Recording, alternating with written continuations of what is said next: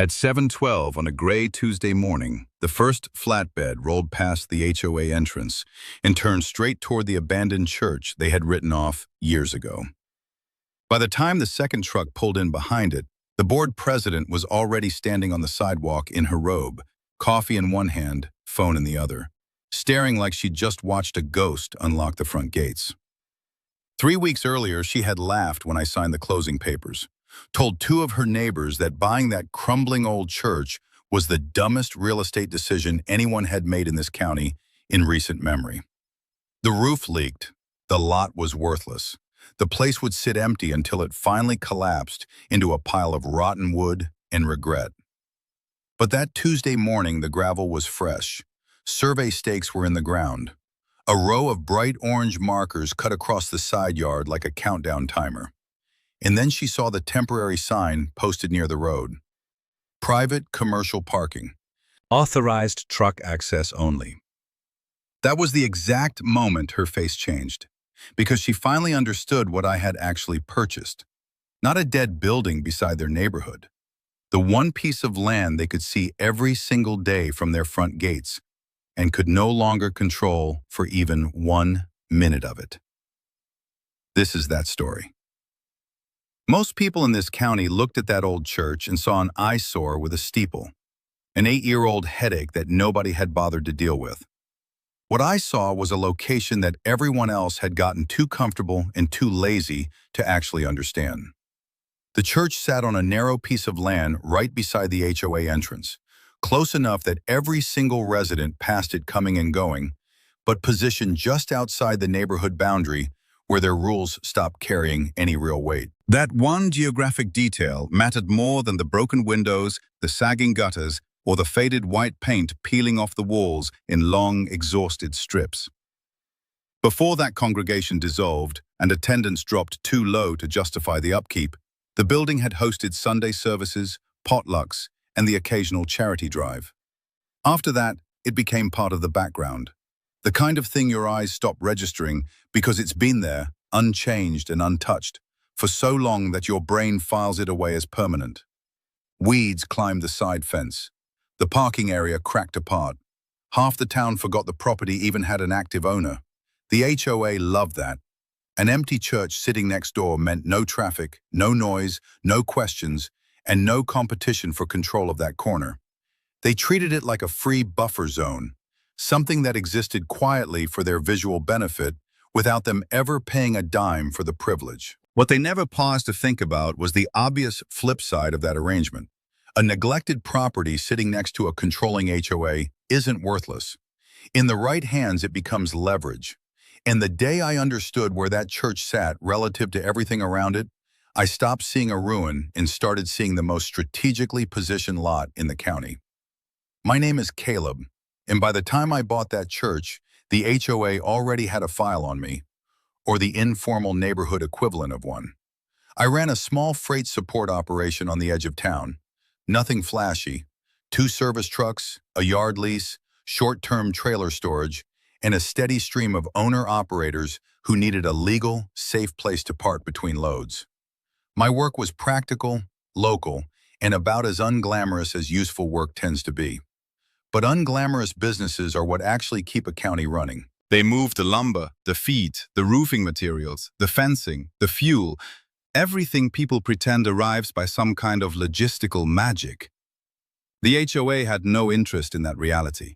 To them, I wasn't a businessman, I was the truck guy, the one they blamed whenever they heard diesel brakes on the highway or spotted mud on the shoulder after a rainy week. Never mind that my property sat outside their boundary, and never mind that my drivers followed county regulations more carefully than half the residents filing complaints about them. We had history. A few years earlier, one board member had tried pressuring the county to block access improvements near my yard, claiming it would damage neighborhood character. Another sent me a letter about commercial overflow parking that wasn't even occurring on my land. So when I started asking quiet questions about the abandoned church, word traveled fast. And once my name got attached to that property in neighborhood conversation, the HOA stopped seeing a ruin. They started seeing a threat. I had been watching that property for 6 months before I made a move.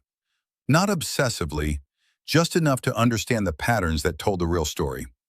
No maintenance crew, no church activity, no contractor bids posted anywhere, no for sale sign either, which was actually the most informative detail of all. No for sale sign meant whoever still owned it wasn't actively selling. They were waiting for the right question or just for the weight of carrying it to get light enough to put down. I checked county records, traced the title, and found the church was still tied to a small religious trust that had gone essentially dormant after the congregation dissolved. A local attorney was managing the loose ends. Taxes were current, barely. Insurance was minimal. The building wasn't loved anymore. It was just being carried. That's a specific kind of property that most buyers avoid because the situation looks complicated from the outside. It's also the kind of property a patient buyer can close on before flippers, developers, and interested neighbors even realize the door has opened. I made one clean offer. No dramatic pitch, no request for creative financing, just a fair number, proof of funds, and a short inspection window. Because I already understood that the real value wasn't in the pews, the roof, or the stained glass. It was in the lot, the access points, and the location directly beside the HOA's front entrance. 3 weeks later, the papers were signed, and I kept quiet about it. The first letter arrived less than 48 hours after closing. Not from an attorney, not from the county, not from anyone with actual authority over my property. It came from the HOA board president on thick, cream-colored letterhead, as if the paper stock alone was supposed to lend it some kind of official gravity. The message was polished in tone and completely presumptuous in every other way. She welcomed me to the area, mentioned that the neighborhood valued beauty, peace, and continuity, and strongly advised me to preserve the church in a manner consistent with community expectations. Community expectations. That phrase told me the entire story in 2 words. I had purchased a property that sat outside their boundary, outside their dues structure, and outside the reach of their rules in every legal sense. She wrote that letter anyway, as if I had just entered her kingdom and required orientation. 2 days later, she came in person, bringing another board member along, both of them smiling the kind of smile that's really just a civilized container for a threat. They asked about my plans. I told them I was still evaluating options, which was true, just not in the way they were hoping. Then she said the neighborhood would be very concerned if the site attracted commercial activity, traffic, or anything that negatively affected nearby property values. I asked her one question. Are you speaking for the county or just for yourself? That landed, because the answer was obvious even if neither of us said it out loud. The sale was done. The deed was recorded. And for the first time in years, the HOA was standing next to a piece of property they could complain about indefinitely without controlling for a single minute of any day. Here's what they never understood about my actual plan. I didn't buy that church to restore it, flip it, or transform it into some charming event venue with string lights and reclaimed wood decor. I bought it because that lot solved a specific problem my business had been dealing with for years. Safe, legal truck parking is genuinely hard to find in this part of the county. Drivers need somewhere visible, accessible, and close enough to the highway where they can stage equipment, park overnight between loads, or leave work vehicles without worrying about theft, fines, or residents calling in complaints simply because a vehicle looks too industrial for their personal aesthetic preferences. That church lot had direct road access, enough width to work with after some grading, and just enough separation from the HOA boundary line to make their opinions legally irrelevant. The plan wasn't glamorous, it wasn't emotional, it was practical and profitable. Clean up the entrance, bring in gravel, mark off spaces, add lighting and a coated gate, and make the land start earning immediately. Keep the building standing for now while I figured out longer-term options. I wasn't trying to create chaos. I was turning a dead property into working ground. That's what bothered them most when it came down to it. If I had purchased the church and let it sit quietly, they would have been content. If I had poured money into making it beautiful, they would have bragged about neighborhood improvement. But the moment that property became useful in a way they couldn't shape or control, Their concerns stopped being about aesthetics. It became about power, about who gets to decide what a piece of land is worth and what it's allowed to become. Once the HOA realized I was serious about moving forward, they dropped the pretense of neighborly concern and started attacking from every direction they could identify. First came the calls to county planning. They argued the property would generate noise, visual blight, drainage hazards, and commercial disruption for nearby families, as if a gravel lot for parked work trucks posed a greater environmental risk than an abandoned structure with broken windows, no maintenance, and zero upkeep that had been sitting there for 8 years. When that didn't stop anything, they shifted to environmental risk claims. When that failed, they went to public pressure. An emergency HOA meeting was announced. Residents were told the church property was about to become a threat to property values and traffic safety. A petition circulated. Neighbors who had never exchanged a word with me suddenly had very specific opinions about diesel engines, late-night headlights, and the type of people truck parking might attract. That last phrase told me everything I needed to know about what this fight was actually about. It was never really about land use. It was about class, image, and the particular anxiety that comes from watching someone do something productive near your property that you had no hand in approving. Then came the code complaints. My entrance cleanup was reported. The gravel delivery was reported. Survey stakes were reported. A portable dumpster was reported, as though cleaning an abandoned lot was inherently suspicious activity requiring county investigation. One board member drove past slowly enough to photograph the property from the shoulder. Another emailed the county asking whether my purchase agreement had disclosed the intended use, which was both none of their legal business and already completely irrelevant since I owned the property outright with no conditions attached. But the most overconfident move came a week into the campaign. The board president began telling people, publicly, repeatedly, and with real conviction, that I couldn't possibly use the church land for truck parking because religious property carried permanent use restrictions that followed it regardless of ownership. She said it like she'd researched it. She said it like it was settled. It wasn't. She had not read the file. By the time she started spreading that claim around the neighborhood, I had already done the one thing she hadn't. I'd stopped listening to assumptions and started reading the actual documents.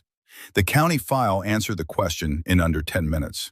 The church property was not encumbered by any permanent religious use restriction. It was not under HOA authority. Years earlier, the parcel had been classified under a flexible local use category tied to road frontage and independent access. Not neighborhood preference, not historical use, not anything the board president's confident public statements had suggested. In plain English, the land could be repurposed as long as actual county requirements were met. Her entire public argument had been built on a rule that did not exist. That would have been satisfying enough on its own, but the better discovery was buried deeper in the parcel history. Because the lot sat on a commercial access corridor near the highway, the county had long treated it as transitional property, something positioned between residential sensitivity and working road utility. That one classification detail changed the shape of the entire fight. The HOA wanted everyone to believe the church lot was somehow frozen in its previous identity, spiritually and legally preserved. The county saw it as usable land with appropriate infrastructure nearby. I called the planning office directly, asked every question the HOA was hoping I'd be too distracted or too reactive to think of asking. Surface preparation requirements, drainage standards, entry width specifications, site distance from the road, occupancy limits. Nothing dramatic, just facts, gathered systematically. By the end of that conversation, I knew two things with certainty. First, my plan was fully legal if I built it to the correct specifications. Second, the HOA had spent weeks trying to stop a project they had never once taken the time to actually understand. I didn't announce the opening. I didn't mail out a rebuttal letter. I didn't stand at the edge of the lot waiting for someone to come challenge me in person. I just moved forward the way people do when they know they're right and the paperwork is already done. First came the gravel. Then a grading crew leveled the old cracked parking area and widened the usable section near the side lane. Temporary markers went in. The entrance got cleaned up. A basic access sign went up near the road. Nothing dramatic, nothing designed to make a statement. Just enough visible progress for anyone driving past to register that the abandoned church was no longer abandoned. By sunrise the following Tuesday, the first trucks arrived. A flatbed backed into the far side of the lot. A box truck took the second marked space. A local roofing contractor parked 2 work pickups near the fence line because he had been looking for legal overflow space close to the highway for months and hadn't been able to find it. Within an hour, the lot looked exactly the way I had planned it: orderly, functional, and very, very real. That was when the HOA president appeared. She stood across from the entrance in house slippers, reading the sign like maybe the second time through it would say something different. Another board member pulled up behind her. 2 residents stopped on the sidewalk. Nobody was smiling now. The same people who had called the property worthless were watching every truck that pulled in as if each one were a personal affront. Because in a certain sense, it was. Not the trucks themselves, the proof they represented. Weeks of confident public declarations that this was impossible, reckless, or illegal. And there it was in plain daylight. Striped spaces, controlled access, paying vehicles. A dead property generating income before most of the neighborhood had finished their morning coffee. The church stopped being their favorite empty view that morning. It became my busiest lot. The actual meltdown didn't happen on the property. It happened that Thursday night at the HOA clubhouse, where the board called a special meeting and finally had to stand in front of their own residents and explain why the abandoned church next door was now a functioning commercial parking operation they couldn't find a way to block, couldn't get the county to shut down, and couldn't shame out of existence through social pressure. I heard about it from 2 residents before the meeting had even closed. Voices were raised. Someone accused the board of failing to protect the neighborhood entrance. Another resident demanded to know why they had told everyone the project was impossible when the county had already confirmed it was completely lawful. That was the detail that cost the board the most. Not that I succeeded, but that they had spoken with such public confidence, manufactured such genuine alarm among their neighbors, and still ended up with no power whatsoever when the facts arrived. The complaints slowed within a week. They stopped entirely within 2. The trucks kept coming. The lot stayed organized. Property values didn't collapse. Life moved forward. Except now, every resident who drove past that old church saw the same quiet reminder every single day. Control is not the same thing as ownership.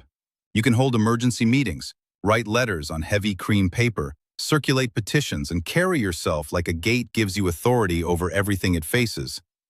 But land doesn't respond to ego. Records matter, boundaries matter, and the time you spend assuming you understand something is time you're not spending actually reading the file. That's the lesson that made every truck that rolled through those gates feel like more than just a parking fee. The board president assumed she knew the rules. She had never checked. She had never needed to, because nobody had ever bought that particular piece of ground before and actually done anything with it. I checked, and that made every difference. If this story resonated, if you've dealt with overreach from people who confused confidence with authority, or found yourself on a piece of ground that others assumed they had claim to, drop your story in the comments. Tell me what state you're watching from. And if you want more of this, subscribe and stick around. There's always more worth telling.